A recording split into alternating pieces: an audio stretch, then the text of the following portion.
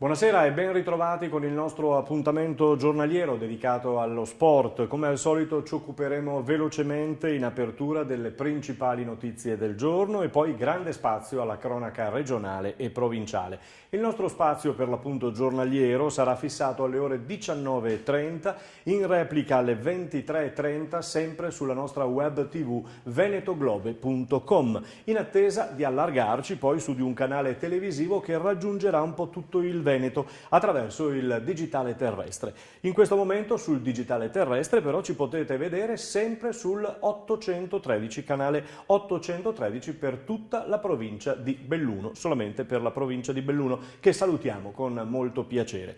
La nostra squadra è più o meno lo stessa, ma ci saranno delle novità interessanti durante l'anno, durante la stagione sportiva, che andremo dettagliatamente a seguire con i nostri servizi ed interviste ai protagonisti. E allora iniziamo proprio da questa giornata, lunedì 16 luglio, che vede molte notizie da riportare. La prima sicuramente è il resoconto delle due finali del campionato del mondo di calcio in Russia, che si è chiuso ieri pomeriggio con la netta vittoria per 4-2 della formazione francese di Deschamps contro la Croazia. Al secondo posto appunto la Croazia, al terzo e quarto posto nella finalina giocata sabato, vittoria del Belgio piuttosto nettamente, che ha relegato al quarto posto l'Inghilterra, che secondo me però ha fatto un grande campionato ugualmente, aperto al prossimo, visto che gli inglesi avevano programmato di vincere il campionato del mondo proprio nel 2022,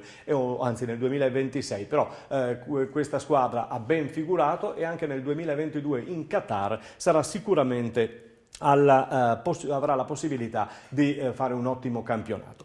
Lasciati i mondiali di calcio, l'altra notizia qual è? Quella di CR7, perché CR7, Cristiano Ronaldo, alla Juventus, è arrivato, doveva arrivare oggi, è arrivato ieri sera, però la giornata clou è quella di oggi con le visite mediche e questa sera poi il bagno di folla e il saluto al popolo juventino allo Juventus Stadium, in pratica non soltanto per la Juventus ma un po' per tutta l'Italia e per questo benedetto campionato di Serie A è iniziata veramente una nuova epoca e non pensiamo di ingigantire la cosa. I giornali sono soltanto per lui, la Gazzetta dello Sport qui sotto, eccomi, CR7 sbarco a sorpresa con mamma e Georgina e oggi parla da juventino. A proposito di calcio, un paio di trevigiani sono sugli scudi, si comincia da Attilio Tesser, nuovo allenatore del Pordenone Calcio, che è già partito per Arta Terme, dove svolgerà la prima parte di preparazione con i ramarri pordenonesi. E poi un altro trevigiano è Luca Gotti, che fino ad alcuni anni fa era stato il vice di Donadoni al Parma, al Cagliari in precedenza e nelle ultime stagioni al Bologna. Adesso seguirà Sarri, niente po' di meno che al Chelsea, dove cercherà di aprire un nuovo ciclo di successi insieme al mister ex napoletano. Lavorerà Gotti a fianco di Zola. Cominciamo a parlare delle nostre realtà regionali e provinciali. In questo caso, trattando la pallavolo femminile dell'Imoco, parliamo di sport a caratura nazionale per il campionato. Lo scorso anno vinto proprio dalle coneglianesi e a livello internazionale con la Champions League, soltanto sfiorata lo scorso anno a Bucarest. La squadra inizierà la preparazione agonistica piuttosto tardi perché ci sono i mondiali quest'anno dove sono impegnate tra l'altro sia per l'Italia che per le altre nazioni del mondo alcune pantere. E allora abbiamo voluto fare il punto sull'Imoco Volley Conegliano con il presidente Piero Garbellotto ai nostri microfoni. Siamo con il presidente Piero Garbellotto per parlare di Imoco Volley Conegliano. State preparando la stagione prossima. Da dove partiamo, presidente? Dalla grande vittoria del campionato o da questa campagna acquisti? Ma io direi che partiremo dal calendario, che sarà la cosa più difficile del prossimo anno. Sicuramente l'anno scorso è stato un bell'anno, ci portiamo dietro un gran trofeo che è lo scudetto, ci fa ripartire con orgoglio, voglio di far sempre bene. Ripartiamo da un calendario che si presume già abbastanza difficile, poi questo lo sapremo lunedì dopo l'assemblea di Lega. Sì, un calendario che vede o 12 o 13 squadre, insomma c'è un po' di confusione su questo. Sì, la federazione ha indetto a 14 campionato di Serie 1, poi con ritiro di Pesaro saremo in 13. Saremo in 13 in un periodo abbastanza ristretto perché con il mondiale è ancora più compresso il nostro campionato, quindi noi avendo che poi gli impegni europei sarà abbastanza impegnativo perché giocheremo quasi tutti credo ogni 3 giorni. Pietro Maschio ha fatto un'ottima squadra, una panchina bella profonda, ci manca ancora un'ultima pedina che dovremo scoprire a giorni e quindi credo che saremo in grado di affrontare tutte le cose, però diventa sempre difficile veramente sostenere 50 partite in poco meno di in circa 5 mesi. Ecco, lei ha sostenuto questo bel trofeo, ma ha sostenuto anche da sempre che un altro bel trofeo è questo dei tifosi. Quello dei tifosi che infatti quello è il Palaverde, e resta il Palaverde perché è il trofeo dei tifosi, il trofeo di tutti quanti noi. Per noi la più grande soddisfazione, dal primo anno siamo passati da 49.000 presenze agli 87 di quest'anno e siamo ininterrottamente la prima squadra d'Italia per pubblico, penso che sia la più bella soddisfazione che una società che io, Pietro Maschio ed Elena Paolo possiamo avere. Parliamo di squadra adesso, la contentezza dei tifosi e non solo, gli addetti ai lavori e anche vostra, è di aver tenuto l'ossatura principale. Sì, tenere un filo conduttore è importante perché permette di fare amalgama più velocemente. Pietro Maschio ci è riuscito, non è facile perché non siamo solamente noi a fare il mercato, ma ci sono anche le altre società, ci sono anche i procuratori. Ci sono anche i costi che stanno lievitando, anche quelli ininterrottamente da 6 anni, quindi è tutto, diremo, un incastro che per il momento insomma siamo riusciti, che per quest'anno siamo riusciti a fare, cosa che magari negli altri anni abbiamo fatto un pochettino più fatica. Se n'è andata Brisio, che un po' era l'unica pedina importantissima persa, però abbiamo guadagnato il ritorno di Isi e adesso manca questa giocatrice, si parla di Giappone? Allora, abbiamo avuto il ritorno di Isi e abbiamo guadagnato Silla, che è lo stesso ruolo di Brisio. E come secondo posto speriamo che arrivi dal Sollevante. Tuttavia le carte sono ancora aperte perché la trattativa non è poi così semplice, però con un buon bicchiere di prosecco speriamo di convincerli. Silla è un bel acquisto, in particolare leggevo un'intervista di ieri dove diceva non sono più incasinata come quando sono arrivata a Bergamo, meno male.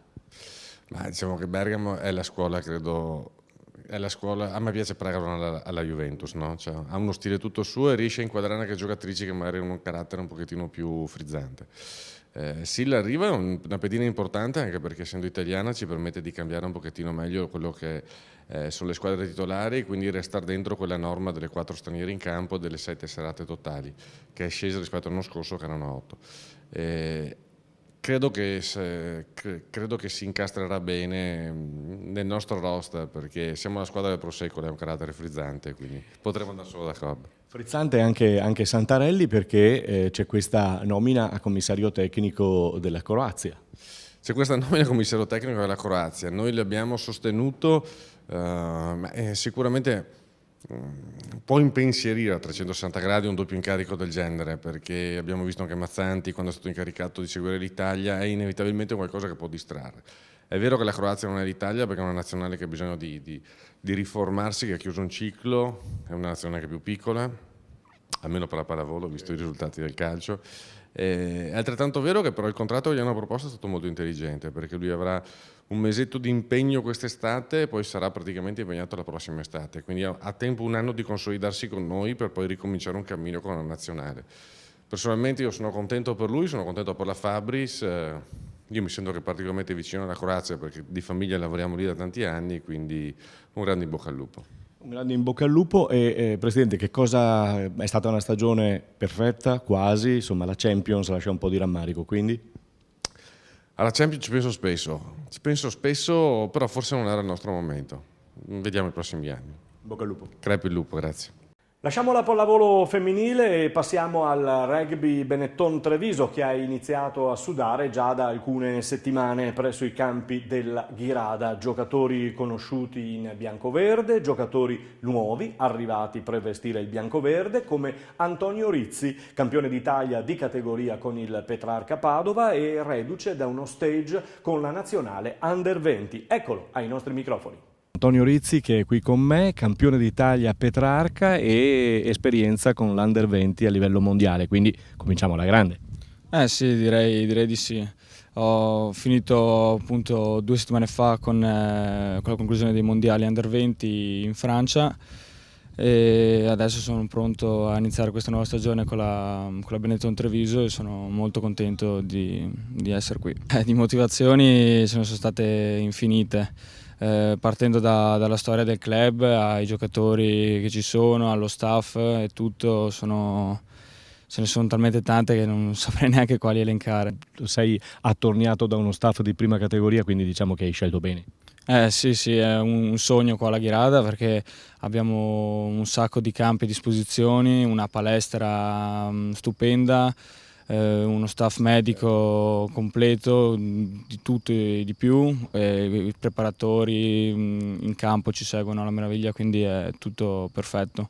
Da nuovo ci sono anche i primi allenamenti. Sì, ci sono stati già da lunedì e sono stati abbastanza intensi. Però d'altro canto dobbiamo affrontare un campionato che è molto impegnativo e quindi è importante la preparazione che ci vuole per arrivare pronti alla prima partita. Antonio Rizzi, che giocatore è? Come ti descriveresti? Mi descriverei un giocatore con non troppa esperienza ma con tanta voglia di fare, un giocatore magari più un attaccante che un difensore, ma si spera con delle buone doti al piedi.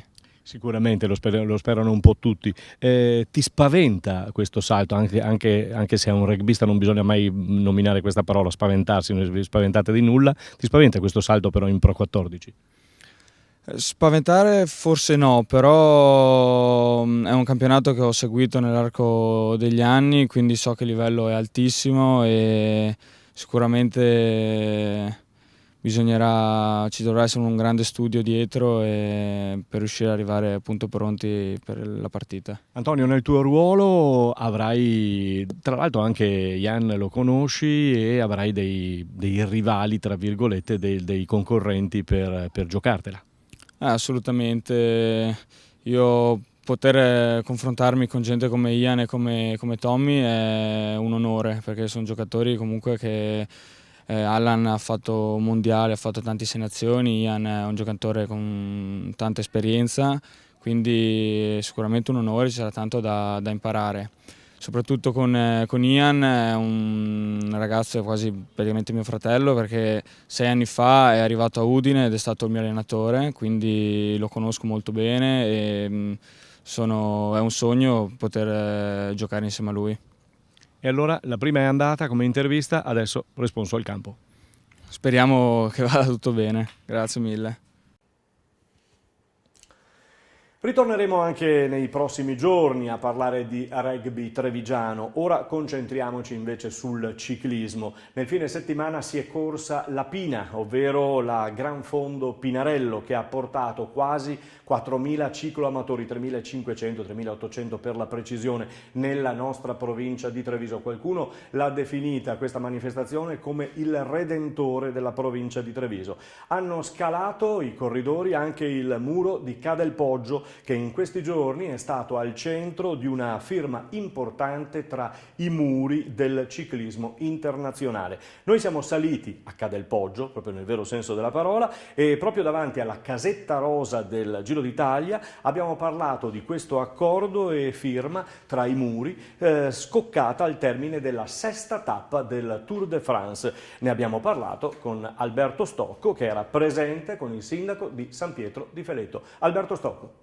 Siamo con Alberto Stocco, siamo davanti alla casetta del Giro d'Italia, ma siamo soprattutto davanti a questo splendido muro. Adesso la sta attaccando un ciclista. È passata la Pina proprio. Sì, è appena passata, un grande successo anche quest'anno, una giornata piena di tantissimi valori, di tantissimi entusiasmi. Ancora una volta siamo sul muro e finalmente ancora una volta abbiamo dato lustro a questo bellissimo territorio.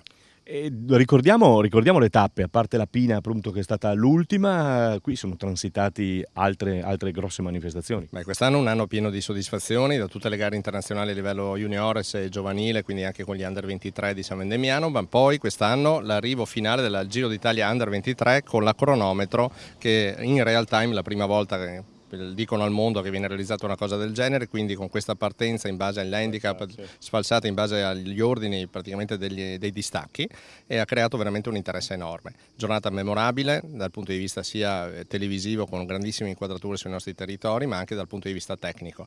Poi la Pina ieri, ma prima della Pina abbiamo avuto questa grandissima giornata in Francia, dove all'arrivo del Tour de France in cima al Muro di Bretagna, alla sesta tappa, è stato siglato un accordo internazionale dove abbiamo unito il Muro di Bretagna con la già consolidata situazione del muro belga del Grammont, grandissimo storicamente, e Ca del Poggio. Quindi una unione a tre, unendo Francia, Belgio e Italia, dove i tre muri che tante volte dividono in questo caso hanno unito tre, sì, in maniera importante, ma siamo solo ai primi passi per, spero, un coinvolgimento a livello europeo ancora più ampio. Si è parlato proprio di rete di questi muri. Sì, questa è quello dove vogliamo puntare, fare una rete di muri. Capofila naturalmente di questa operazione l'Italia con San Pietro di Fereto, dove il nostro sindaco si è esposto in maniera importante, nel senso dando una spinta a questo progetto, ma molto entusiasmo in Belgio e tantissimo in Francia. Infatti la stessa Francia, sul Muro di Bretagna, stringendo la mano al Belgio idealmente, ha passato il testimone a questo Tour de France che il prossimo anno, come ben si sa, partirà dal Belgio, transiterà sul Muro di Grammont. E qualcuno, mi pare la Gazzetta dello Sport, già ventilava, chissà che il Tour non possa passare anche... Molto ventilato, ma sarebbe una grandissima cosa, perché non sognare. Noi nel ciclismo abbiamo sempre sognato molto e mi pare che in Italia abbiamo fatto grandissime cose. Qui sul nostro territorio sarebbe una cosa meravigliosa. Sognare si può, poi naturalmente la realtà è molto più impegnativa. Alberto, siamo davanti a questo splendido panorama, come dicevi tu, il paesaggio, le colline del Prosecco. Te l'aspettavi questo movimento quando sei arrivato qui sul muro? Assolutamente no, però ci abbiamo creduto moltissimo in tanti, in tutti, perché tutti noi, penso che questo sia un progetto che viene sposato un po' dalla maggior parte delle persone, tutti ci credono, il movimento funziona, ma soprattutto quello che io definisco questa cosa, come vanno oggi di moda nei giovani, hashtag non so cosa sia successo, ma è successo. In bocca al lupo e buon lavoro, perché non mancherà. Grazie a tutti voi, vi aspetto sul muro a scoprire questo meraviglioso punto di interesse ormai direi nazionale.